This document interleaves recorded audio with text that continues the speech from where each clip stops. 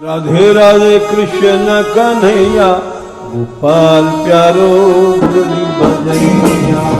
जय श्री राधे, जय श्री राधे। श्री राधामान मेरी लाल एवं श्री श्री बा महाराज की श्री चरणों में बारंबार प्रणाम। श्री ज्ञानदेव जी महाराज महाराष्ट्र के महापुरुष हुए हैं। साक्षात भगवान विष्णु के अंशावतार। धरा पर महापुरुषों का अवतरित होने का जो मुख्य लक्ष्य होता है, जीव कल्याण। जो बेचारा जीव अनंत जन्मों से भटक रहा है, आकर 4,84,84 योनि फिरत यह जीव अविनाशी। कबहों को करी करुणा नर देही, देत ईश बिनु हेतु सुनेही। बिना किसी हेतु के अहेतु की कृपा करते हुए श्री भगवान ने यह मनुष्य शरीर मानव जन्म एक नहीं अनंत जन्मों के बाद अपने साधन के बल से भी नहीं, केवल और केवल भगवत कृपा का साक्षात स्वरूप है मानव शरीर। लेकिन मानव शरीर मिलने के बाद भी मानव भी कई कोटि के होते हैं। एक आतंकवादी भी मानव है, चोर डकैत भी मानव है। कहने को उसको भी मनुष्य शरीर मिला है, परंतु न मानवता वाले गुण हैं, न लक्षण हैं, न ही उनको भगवत कृपा प्राप्त महापुरुष जनों का सत्संग प्राप्त है। तो यदि हम श्री ठाकुर जी की कृपा का दर्शन करें, जो कि हम थोड़ी थोड़ी देर में कृपा के अभाव में ऐसी वाणी कह देते हैं, बोल देते हैं, ऐसे शब्द कहते हैं कि अरे भगवान की कृपा तो हमारे ऊपर है ही नहीं। भगवत कृपा होगी तब देखा जाएगा, भजन कर लिया जाएगा। अरे भगवत कृपा का सबसे प्रथम लक्षण तो ये मानव शरीर है। मनुष्य जन्म मिलने के बाद सच्चे गुरुजनों का प्राप्त होना, महापुरुष जनों का प्राप्त होना, ये और विशेष कृपा है। अति हरि कृपा, अति हरि कृपा जास पर हुई। रामायण में रामचरितमानस में गोस्वामी जी ने कहा है। केवल कृपा शब्द नहीं कहा, अति शब्द से कृपा का स्वरूप और बढ़ा दिया। अति हरि कृपा जासु पर होई, पाए देह एहि मार्ग सोई। तो ये साधारण कृपा का लक्षण नहीं है, अत्यंत कृपा का लक्षण है। देत ईश बिनु हेतु सुनेही। तो ये सब चीज़ें, ये सब बात, ये सब सिद्धांत बार बार इनका दर्शन करना और पुनः पुनः दिन में एक बार तो कम से कम श्री ठाकुर जी की इस कृपा का चिंतन अवश्य होना चाहिए प्रतिदिन। तो महापुरुषों का अवतरण इस पृथ्वी पर जीवों के कल्याण के लिए स्वयं श्री भगवान ही सद्गुरु जनों के रूप में, महापुरुष जनों के रूप में स्वयं अवतरित होते हैं। तो कल चर्चा चल रही थी युक्त और अयुक्त। युक्त कौन है और अयुक्त कौन है? युक्त भक्ति की क्या परिभाषा है और अयुक्त की क्या परिभाषा है? स्वयं श्री भगवान ने गीता जी में कहा है, अयुक्तः प्रकृतः स्तब्धः शठो नैष्कृतिको न सह येषादि दीर्घ सूत्री च कर्ता तामस उच्यते। जो अयुक्त है वो प्रकृतिस्थ है, स्तब्ध है। ये शादी दीर्घ सूत्री च, बड़ा दीर्घ सूत्री होता है। एक जगह पड़े हैं तो पड़े ही हैं, ना मन से भगवत चिंतन हो रहा है।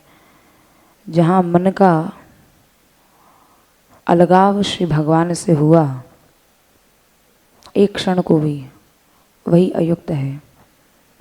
और युक्त का तात्पर्य जिसका सदैव योग श्री भगवान से है, किसी ना किसी रूप में। वो जरूरी नहीं है चिंतन के माध्यम से हो, सेवा के माध्यम से है, या गुरुजनों की हम आज्ञा का पालन कर रहे हैं। किसी भी प्रकार यदि श्री ठाकुर जी से योग है तो वही युक्त भक्त है, और जो अयुक्त है वो जिस क्षण श्री भगवान से अलग हुआ बस वही अयुक्त है। कर्ता तामस उच्चते, वही तामसी प्रवृत्ति का जीव है, और जहाँ तामस आया वहाँ भक्ति नहीं हो सकती है। तो ये युक्त और अयुक्त भक्ति की जो चर्चा हम लोग कर रहे थे, तो युक्त भक्तों में श्री ज्ञानदेव जी महाराज युक्त भक्त हुए हैं, युक्त चित्त वाले भक्त हुए हैं। और स्वयं श्री भगवान ने कहा कि यदि तुम्हारा युक्त चित्त है ना, यदि मेरे से योग है तुम्हारा, तो भले ही तुम, जो श्री भगवान ने गीता जी में आज्ञा दी, माम अनुस्मर युद्ध च, मेरे से योग मन का रख और युद्ध कर, तो केवल अपने परिवार वालों को नहीं बल्कि सारे संसार को भी तू मार देगा ना, तो तुझे कोई अपराध नहीं लगेगा, कोई कर्म बंधन नहीं लगेगा, कोई पाप नहीं लगेगा। मेरी आज्ञा है, माम अनुस्मर, मेरा स्मरण कर और युद्ध कर, असंग होकर। ये स्वयं श्री भगवान ने बहुत सुंदर युक्त भक्ति की पहचान, युक्त भक्ति के लक्षण स्वयं श्री भगवान ने गीता जी में अर्जुन को कहे हैं। तो मन असंग है, यदि संसार से मन संसार से असंग हुआ और श्री ठाकुर जी से उसका योग हुआ, तो संसार से जो असंग भक्त है, वैष्णव है, तो उसको हत्या करने पर भी, सारे संसार की हत्या करने पर भी कोई पाप नहीं लगता है। यस्य नाहं कृतो भावो बुद्धिर यस्य न लिप्यते हत्यापि सा इमान लोकान, तो यहाँ न निबध्यते, उसको कोई पाप नहीं लगे। ईमान लोकान माने सारे संसार को भी चाहे भली वे मार दे, सारे संसार की चाहे वे हत्या कराए।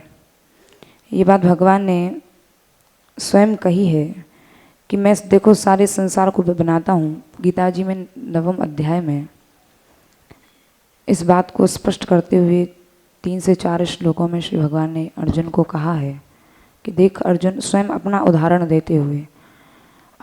देते हुए श्री भगवान समझा रहे हैं कि तुम मुझे देख रहा है, मेरा स्वरूप, क्योंकि जो भगवान सृष्टि को उत्पन्न करते हैं वही उसका पालन करते हैं और वो इसके संहार करते हैं।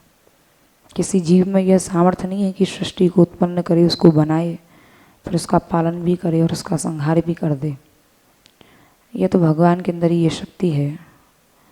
उनकी शक्ति के अंतर्गत हम हैं, हम हमारी शक्ति के अंतर्गत भगवान नहीं है। भगवान चाहे जो कुछ कर सकते हैं। तो 9वें अध्याय में श्री भगवान ने अर्जुन को कहा कि तुम मुझे देख, मेरे स्वरूप को देख। सर्वभूतानि कौन्तेय प्रकृतिम यान्ति माम। तो वहाँ देखो अर्जुन, एक समय आता है जब प्रलय होता है।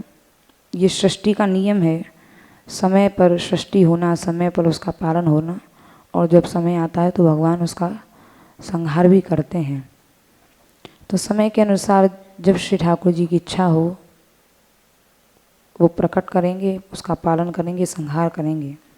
तो सर्वभूतानि कौन्तेय, स्वयं श्री भगवान कह रहे हैं कि सृष्टि का नियम है समय पर सृष्टि होना, लेकिन जब मैं प्रलय करता हूँ, प्रलय आता है, सर्वभूतानि कौन्तेय प्रकृतिम यान्ति मामेकाम। तो ये जो मेरी प्रकृति है, प्रकृति में सबका लय हो जाता है। प्रलय के समय में मेरी प्रकृति में समस्त संसार का लय हो गया, समावेश हो गया। और फिर कल्पक्षय पुनस्तानि कल्पादो विसृजाम्यहम्। कल्पक्षय के बाद ये सारा संसार चर अचर सब प्रकृति में लीन हो जाता है, और फिर अगले कल्प की शुरुआत में मैं उसे बनाता हूँ, स्वयं बनाता हूँ। प्रकृतिम स्वाम मवंद्रभ्य विसृजामि पुनः पुनः भूतग्रामम मम कृत्सन वशम प्रकृतिर्वशात्। तो ऐसा क्यों है? क्योंकि जीव प्रकृति की शरण में है, उसी का दंड भोगते हैं। हर व्यक्ति ये सोचता है कि हम भगवान की शरण में हैं, लेकिन भगवान की शरण में नहीं, हम सब प्रकृति की शरण में हैं। जिस दिन भगवत शरणागत हो जाएंगे उस दिन प्रकृति में लीन होने की आवश्यकता नहीं पड़ेगी। प्रकृति में लीन होने का तात्पर्य फिर से भगवान ने सृष्टि की, फिर से हम कोई ना कोई रूप धारण करके आ गए, अपने कर्मों के अनुसार कोई ना कोई योनि मिली। जिस दिन भगवत शरणागत होंगे उस दिन फिर जन्म मरण का जो चक्कर है, ये इस बंधन में हमें नहीं पड़ना पड़ेगा। जब तक जन्म हो रहा है इसका मतलब भगवत शरणागत हुए नहीं है, अभी प्रकृति की शरण में है, इसलिए ये चक्कर चल रहा है और ये चक्र चलता ही रहेगा जब तक भगवत शरणागत जीव नहीं होगा। तो इसी का हम ये दंड भोगते हैं कि जीव प्रकृति की शरण में है, लेकिन भगवान की शरण में जिस दिन आ जाए तो झगड़ा ही खत्म हो जाए। तो इन सब चीज़ों की जड़ जो है वो है मन। मन से ही पाप पुण्य आदि जितने कर्म होते हैं शुभ अशुभ, जहाँ मन का जैसा योग है, पाप कर्म में प्रवृत्त है मन तो पाप होंगे, शुभ कार्यों में मन प्रवृत्त है तो पुण्य होंगे, और भगवत शरणागति यदि मन ने ग्रहण कर ली तो भगवत प्राप्ति हो जाएगी। तो सबके मूल में, सबके जड़ में केवल और केवल हमारे मन की ही प्राथमिकता है। मन जहाँ है, मन का जैसा योग है, मन जैसा सोच रहा है, जैसा कार्य कर रहा है, उसी के अनुसार कर्म बंधन होते हैं। यदि भगवत श्री ठाकुर जी से योग है तो कर्म बंधन से मुक्त हो जाएगा जीव।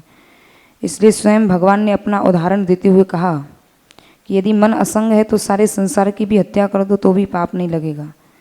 तो अपना उदाहरण देते हुए स्वयं श्री भगवान कह रहे हैं कि देखो, मैं भी सृष्टि का पालन करता हूँ, संहार करता हूँ, उसकी उत्पत्ति करता हूँ, लेकिन असंग होकर देखता हूँ। मन का योग नहीं है किसी से, किसी में आसक्ति नहीं है, असंग होकर करता हूँ। तो मुझे ये सब चीज़ें कोई भी बंधन में नहीं डालती हैं, कोई बंधन कारक नहीं है। मैं इसको पालन भी इसका करता हूँ, इसका संहार भी करता हूँ, उत्पत्ति भी करता हूँ, लेकिन असंग होकर। तो मन का जहाँ योग है, तो ये युक्त अयुक्त की बड़ी सुंदर परिभाषा श्री भगवान ने कही है कि युक्त भक्त है जिसका सदैव श्री ठाकुर जी से योग है, और अयुक्त अर्थात जिसका मनोयोग भगवान से हटा और वो अयुक्त हुआ। और अयुक्त होते ही तामस प्रकट होगा, और तामस होते ही वहाँ भक्ति सिद्धि ही नहीं हो पाएगी, साधन हो ही नहीं सकता, भक्ति हो ही नहीं सकती, मन का योग भगवान से हो ही नहीं सकता। तो ऐसे युक्त भक्त हुए हैं श्री ज्ञानदेव जी महाराज। ऐसा मन का योग श्री ठाकुर जी में कि भक्ति के प्रभाव से बड़ी बड़ी सिद्धियाँ श्री ज्ञानदेव जी महाराज के पास आई हैं, भक्तों के पास आती हैं। भक्ति के प्रभाव से बड़े बड़े भक्तों के पास अनेक प्रकार की सिद्धियाँ आती हैं। यहाँ तक कि सिद्धियाँ आती क्या है, भगवान स्वयं प्रलोभन देने आते हैं कि तू सालोक्य शास्त्री सामीप्य सारूप्यकत्व अप्यत। स्वयं भगवान कह रहे हैं कि मैं अपने समान सालोक्य, मेरे जैसा लोक ले ले, साष्टी मेरे समान सृष्टि उत्पन्न करने की सामर्थ्य ले ले, सालोक्य शास्त्री सामीप्य। बोले भक्त कहता है मुझे न आपके जैसा लोक चाहिए, न सृष्टि उत्पन्न करने की मेरे को सामर्थ्य चाहिए। सामीप्य, तो भगवान कहते तू मेरे पास ही रह ले। बोले सामीप्य भी नहीं चाहिए, सालोक्य शास्त्री सामीप्य सारूप्यकत्व, सामीप्य भी नहीं चाहिए, चल तू मेरे समान रूप ही ले ले। लेकिन भगवान के इन सब प्रलोभनों के आगे भी स्वयं भगवान देते हैं, और तो कोई क्या देगा। सालोक्य शास्त्री सामीप्य सारूप्यकत्व अप्यत दीयमानम न गृह्णन्ति, देते हुए भी नहीं लेता है, बिना मत सेवनम जना। केवल सच्चे भक्त की, वैष्णव की ये पहचान है। अनेक सिद्धियाँ आती हैं लेकिन उनका वो प्रयोग न अपनी प्रसिद्धि के लिए करते हैं, न अपने मान सम्मान को बढ़ाने के लिए करते हैं।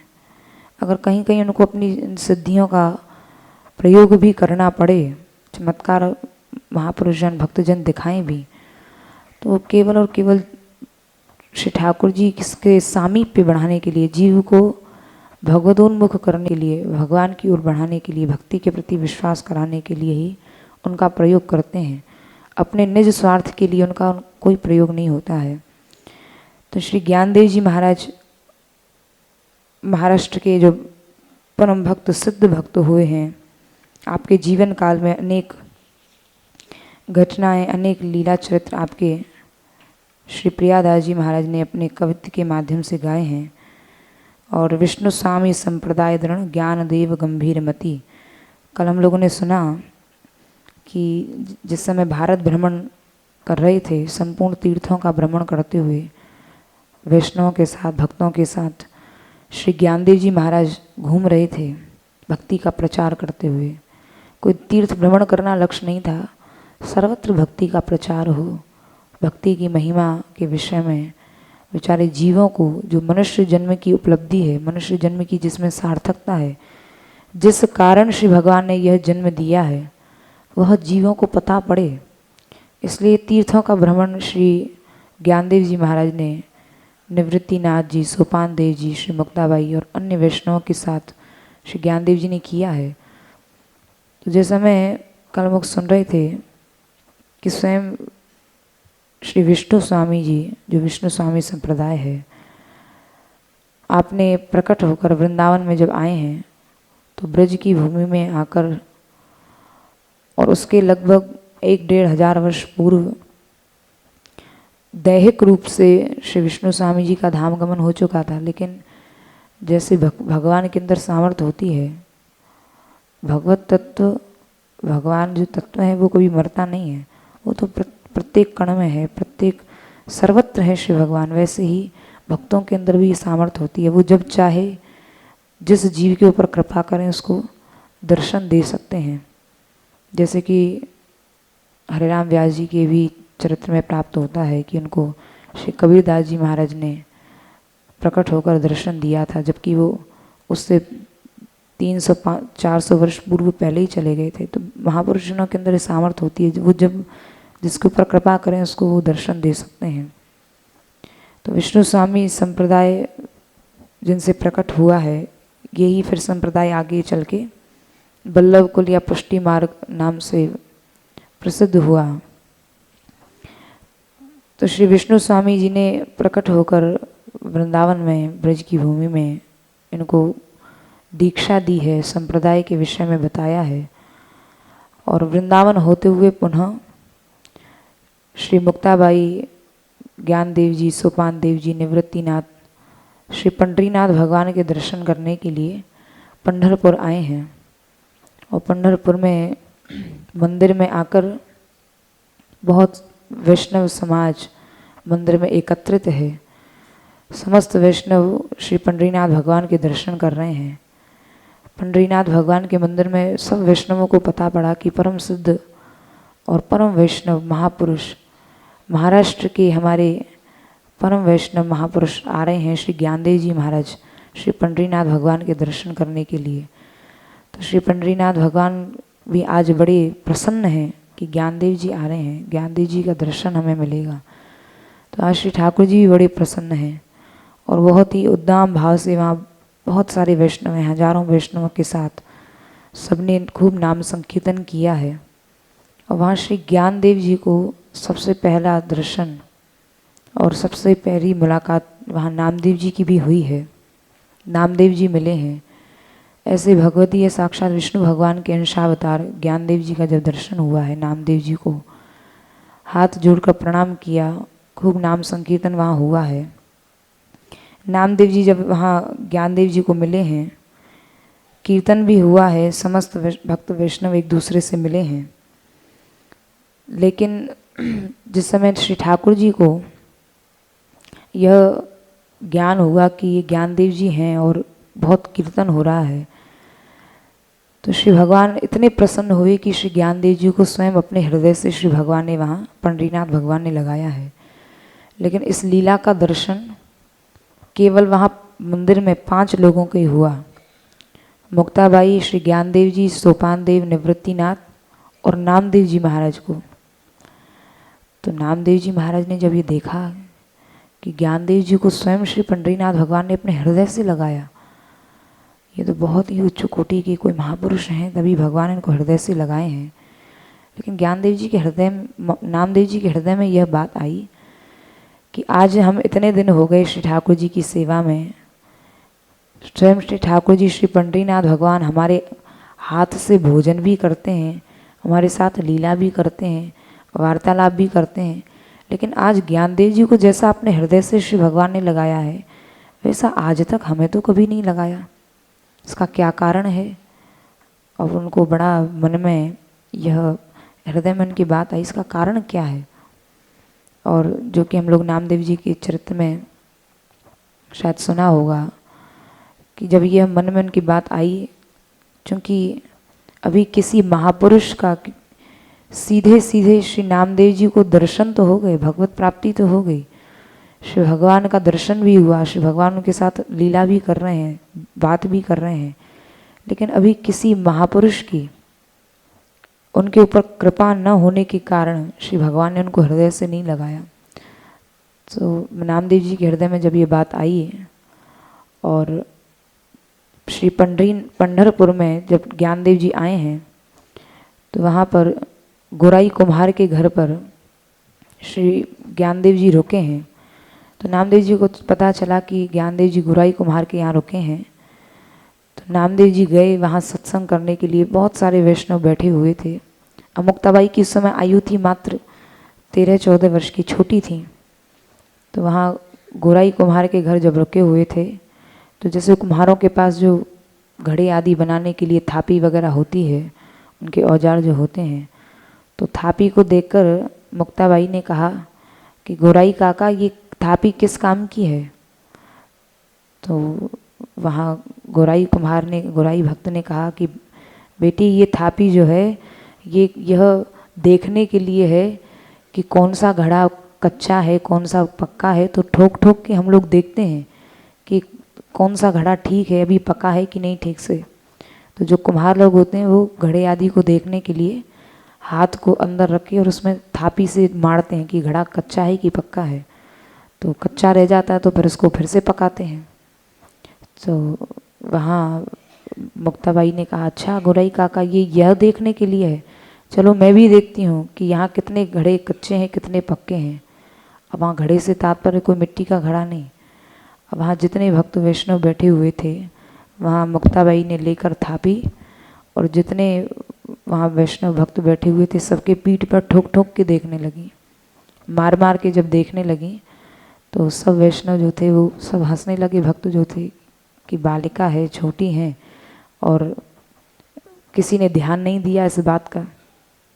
अब इतने में नामदेव जी की जब बारी आई, नामदेव जी की पीठ पे जैसी मुक्ताबाई ने ठोकी है थापी, अब तो नामदेव जी को थोड़ा सा ये मन में था कि अरे हम तो भगवत प्राप्त हैं, ठाकुर जी हमसे बात करते हैं, ठाकुर जी हमारे साथ लीला करते हैं और ये हमें ये देखती हैं कि हम कच्चे घड़े हैं कि पक्के घड़े हैं।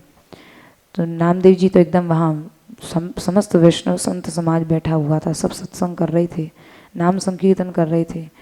तो नामदेव जी तो थोड़े से आग बबूला हो गए, क्रोध में आ गए और वहाँ कहने लगे अरे गोराई जी आपको यह दिखता नहीं है, ये आपकी थापी लेकर और सब जितने यहाँ तो भक्तों का अपमान है, एक एक के ये पीठ पर ठोक ठोक कर देखती है और कहती है कि कौन घड़ा कच्चा है कौन घड़ा पक्का है, हमारी परीक्षा ले रही हैं।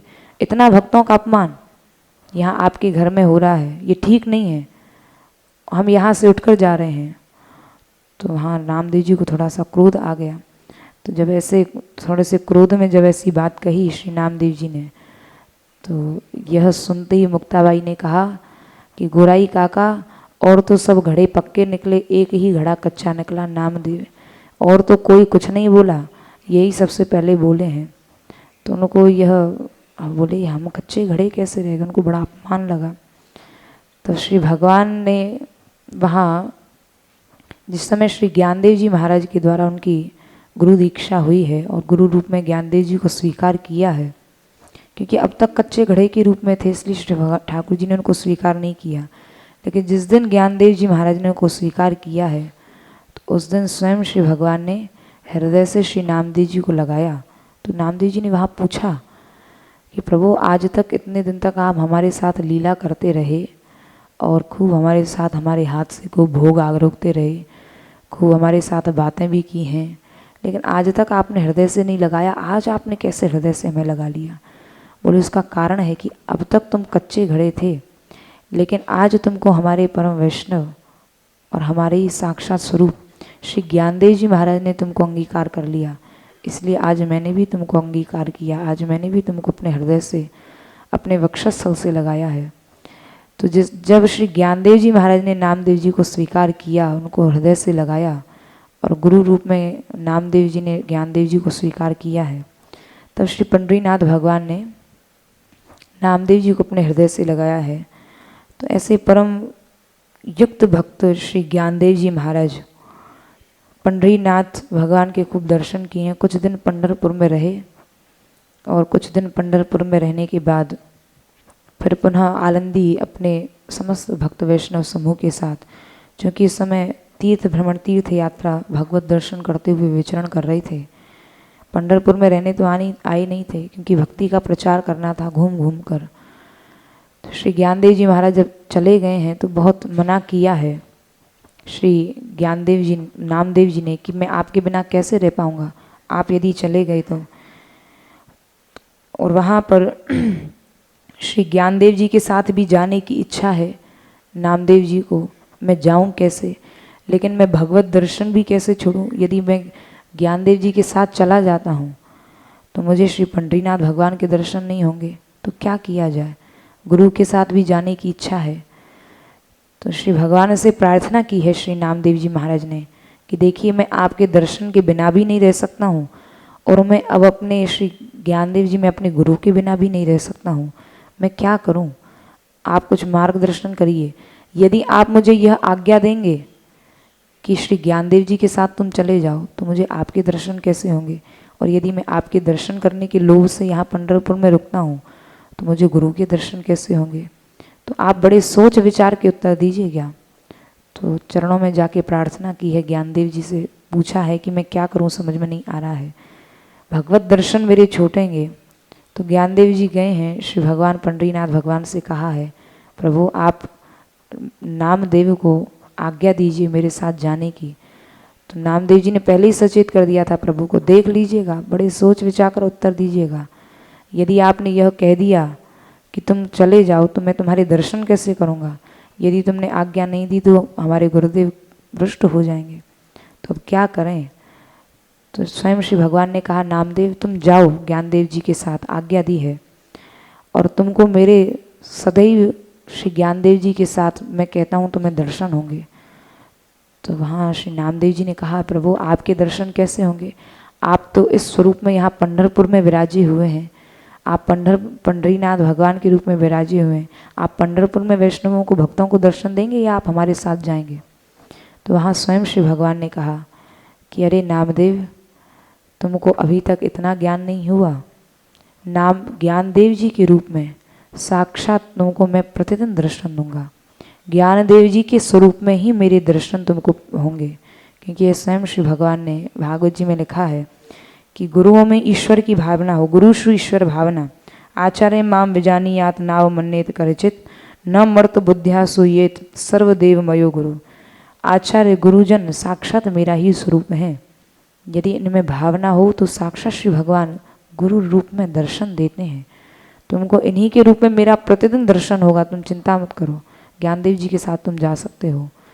और ज्ञानदेव जी के साथ उसके बाद श्री नामदेव जी गए हैं और आलंदी आए हैं पंढरपुर से।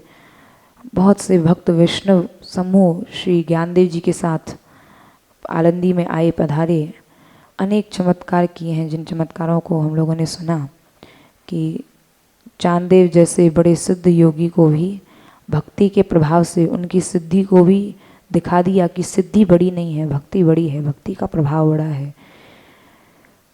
बड़े बड़े महापुरुषों के, सिद्धों के ऊपर भी कृपा की है श्री ज्ञानदेव जी ने। और बहुत छोटी सी आयु में ही जिस लक्ष्य को लेकर, जिस उद्देश्य को लेकर स्वयं श्री भगवान ने ही, विष्णु भगवान ने ही अपने अंश स्वरूप से ज्ञानदेव जी के रूप में अवतरित हुए हैं, उस लक्ष्य को पूर्ण किया है। और चूँकि इतने चमत्कार दिखाए, कितने चमत्कार दिखाने के बाद अब हम जैसे जो लोग थे वो श्री ज्ञानदेव जी महाराज के पास पहुंचने लगे। कोई अपना हाथ दिखाने पहुंच जाए, कोई अपने कर्मों को लेकर पहुंच जाए, कोई कहे हमें कष्ट इतना क्यों है। तो ज्ञानदेव जी को बड़ा कष्ट होता कि भक्त वैष्णव तो बेचारे कम आते हैं, भगवत प्राप्ति का साधन पूछने वाले तो कम आते हैं। अब ये अपनी लौकिक सिद्धि, लौकिक व्यवहार को पूर्ण करने के लिए, लौकिक इच्छाओं को लेकर बहुत लोग आने लगे हैं, लेकिन भक्तजन जो होते हैं वो किन सिद्धियों का आश्रय कोई अपनी प्रसिद्धि के लिए नहीं करते हैं।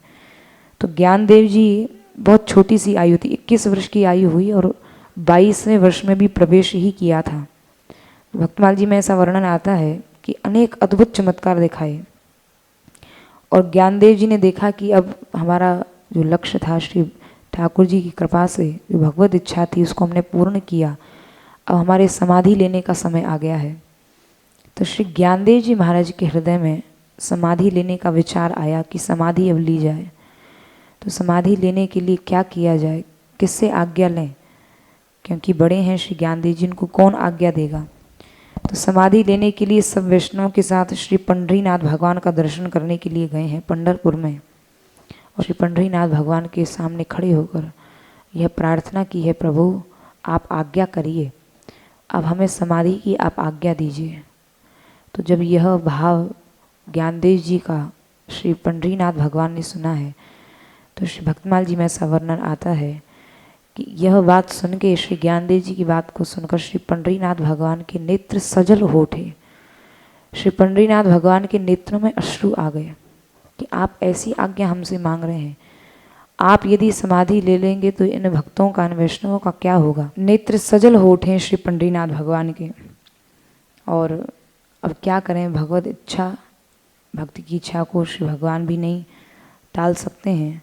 स्वयं श्री भगवान ने वहाँ आज्ञा दी है कि ठीक है तुम समाधि ले लो, लेकिन समाधि बड़े बड़े महापुरुषों ने ली है। आजकल तो समाधि लगाना भी बड़ा एक ढोंग का सा आचरण बन गया है।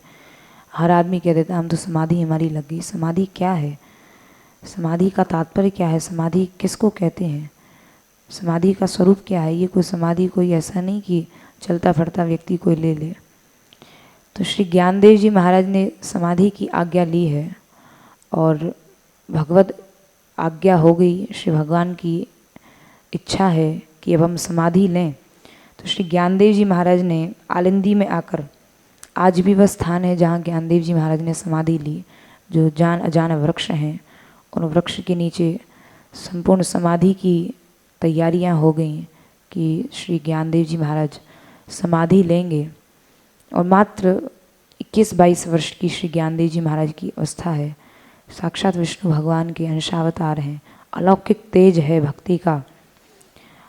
निरंतर भगवत चिंतन, भगवत आज्ञा हुई है और उसी वृक्ष के नीचे गुफा की तैयारी की गई है। जितने भक्त वैष्णव थे खूब विट्ठल भगवान का नाम संकीर्तन करते हुए और रुदन कर रहे हैं वैष्णव जन, भक्त जन, कि अब श्री ज्ञानदेव जी महाराज ने समाधि का निश्चय कर लिया है। अब हमारा पीछे से, क्योंकि भक्तों का अवलंबन केवल ज्ञानदेव जी महाराज, ऐसे ऐसे भक्त थे जिनका प्राण ही श्री ज्ञानदेव जी महाराज बन चुके हैं। अब उनके लिए तो प्राण धारण करना भी बड़ा एक असंभव सी बात हो गई। तो जितने वैष्णव भक्त थे सब श्री ज्ञानदेव जी महाराज के पीछे पीछे हैं। और साक्षात श्री विट्ठलनाथ भगवान, श्री पंढरीनाथ भगवान श्री ज्ञानदेव जी महाराज की समाधि लेने से पूर्व उनका तिलक किया है और एक हाथ श्री निवृत्तिनाथ जी ने पकड़ा हुआ है, एक हाथ श्री विट्ठलनाथ भगवान ने पकड़ा हुआ है। श्री ज्ञानदेव जी महाराज का जय घोष हो रहा है, श्री ज्ञानदेव जी महाराज की जय हो, ज्ञानदेव जी महाराज की जय हो। समाधि लेने के लिए जा रहे हैं। तो ऐसी स्थिति, श्री पंढरीनाथ भगवान भी आज बड़े व्याकुल हैं। ऐसी स्थिति हो रही है कि जैसे जल के बिना मछली जी नहीं सकती है। श्री ठाकुर जी की भी नेत्रों से झरझर अश्रु बह रहे हैं कि मेरे परम भक्त, परम वैष्णव श्री ज्ञानदेव जी महाराज समाधि लेने के लिए जा रहे हैं। और नाम संकीर्तन होते हुए जब श्री ज्ञानदेव जी महाराज ने समाधि ली है, शाश्वत समाधि ली, शाश्वत समाधि, नेत्र बंद करके भक्ति मुद्रा में बैठकर और उस गुफा में समाधि जब ली है, और उसके मात्र 6 महीने बाद ही निवृत्तिनाथ सोपान देव जी और श्री मुक्ताबाई जी ने भी समाधि ली है वहीं आलंदी में। और समस्त, क्योंकि श्री ज्ञानदेव जी, सोपान देव जी, निवृत्तिनाथ सभी कोई साधारण स्त्री पुरुष नहीं, ये साक्षात श्री ब्रह्मा जी के अवतार, श्री शंकर जी के अंशावतार, श्री विष्णु भगवान के अंशावतार श्री ज्ञानदेव जी और योग माया के अंशावतार ही श्री मुक्ताबाई के रूप में महाराष्ट्र के वैष्णवों के रूप में अवतरित हुए हैं और श्री नामदेव जी महाराज के नेत्रों से अश्रु बह रहे हैं। आपके विषय में श्री भक्तमाल जी में वर्णन प्राप्त होता है कि जब समस्त परिकर ने, जब श्री सोपान देव जी, निवृत्तिनाथ, श्री ज्ञानदेव जी, मुक्ताबाई ने जब समाधि ले ली तो नामदेव जी से रहा नहीं गया श्री ज्ञानदेव जी के बिना। तो अब कैसे क्या किया जाए, रोते रहते थे। श्री पंढरीनाथ भगवान से हाथ जोड़कर यह प्रार्थना स्वयं श्री नामदेव जी महाराज ने की है, प्रभु जब से गुरुदेव गए हैं तब से उनके दर्शन के बिना रहा नहीं जाता है, आप उनके एक बार मुझे दर्शन करा दीजिए। तो श्री पंढरीनाथ भगवान ने कहा कि अरे नामदेव, मुझ में और ज्ञानदेव में कोई अंतर नहीं है, कोई भेद नहीं है। मेरे ही रूप में, तुम यह समझो मेरा ही स्वरूप ज्ञानदेव है और ज्ञानदेव ही मैं हूँ। तो तुम मेरा दर्शन कर लो, इसका मतलब तुमको श्री ज्ञानदेव जी महाराज के दर्शन हो गए। तो वहाँ श्री नामदेव जी महाराज माने नहीं और नामदेव जी ने कहा, प्रभु आप ये ब्रह्म ज्ञान मुझे मत दीजिए, मैं इस ब्रह्म ज्ञान का अधिकारी नहीं हूँ। आप ये ब्रह्म ज्ञान से मुझे बहकाने का प्रयास मत कीजिए। ठीक है आपके ही स्वरूप होंगे, लेकिन मुझे तो उसी स्वरूप में दर्शन चाहिए श्री ज्ञानदेव जी महाराज का, आप मुझे दर्शन कराइए। तब स्वयं श्री पंढरीनाथ भगवान से श्री रुक्मणी जी ने कहा कि आप मेरे परम प्रिय भक्त नामा को मना मत करिए, आप दर्शन दीजिए। तो श्री रुक्मणी जी की आज्ञा से श्री नामदेव जी महाराज को श्री ज्ञानदेव जी महाराज ने साक्षात उसी रूप में समाधि ले ली थी। श्री ज्ञानदेव जी ने, ये जो पंक्ति है, ये जो भाव है, जो स्वयं श्री भगवान ने कहा है भागवत जी में कि आचार्य माम विजानीयात नाव मन्येत करचित न मर्त बुद्ध्यासु ये सर्वदेवमयो गुरु, कि भक्तों का और भगवान का जो शरीर है वो कभी मरता नहीं है। जन्म मरण के चक्कर से जो छूटे हुए हैं वो भगवान है और भगवान के भक्त परम वैष्णव महापुरुष जन, वो उनकी जब इच्छा हो तब वो प्रकट होकर दर्शन दे सकते हैं। ये महापुरुष जनों में सामर्थ्य होती है। तो समाधि ले ली थी लेकिन श्री नामदेव जी की प्रबल इच्छा देखकर श्री ज्ञानदेव जी महाराज ने श्री भगवत इच्छा से और नामदेव जी को दर्शन दिया है। नामदेव जी महाराज ने वहाँ श्री ज्ञानदेव जी के चरणों में गिरकर यह प्रार्थना की है कि हे गुरुदेव, आपके बिना मैं रह नहीं सकता, आप कृपा करिए, आप मुझे सदैव अपने साथ रखिए, आपका वियोग मेरे से सहन नहीं होता है। तो आशीर्वाद देते हुए वहाँ से श्री ज्ञानदेव जी श्री नामदेव जी के पास से अंतर्हित हो गए, अंतर्धान हो गए और दर्शन दे के चले गए हैं।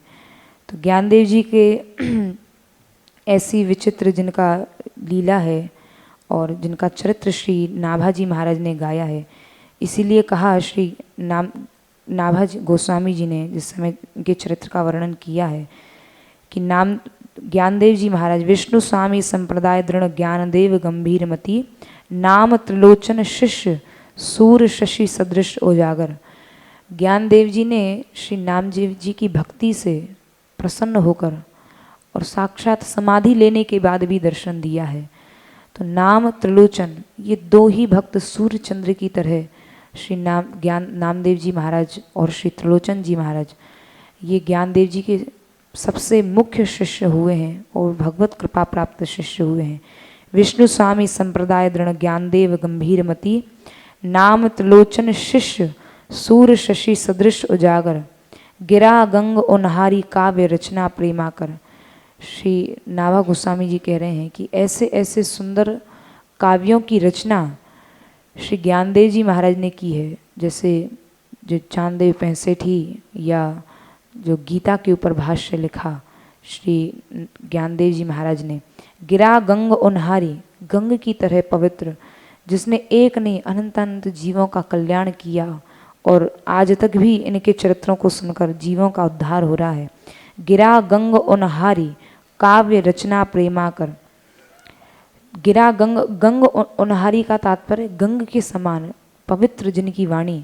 आचार्य हरिदास अतुल आनंददायक तेहि मार्ग वल्लभ वेदित प्रथु प्रधति परायण।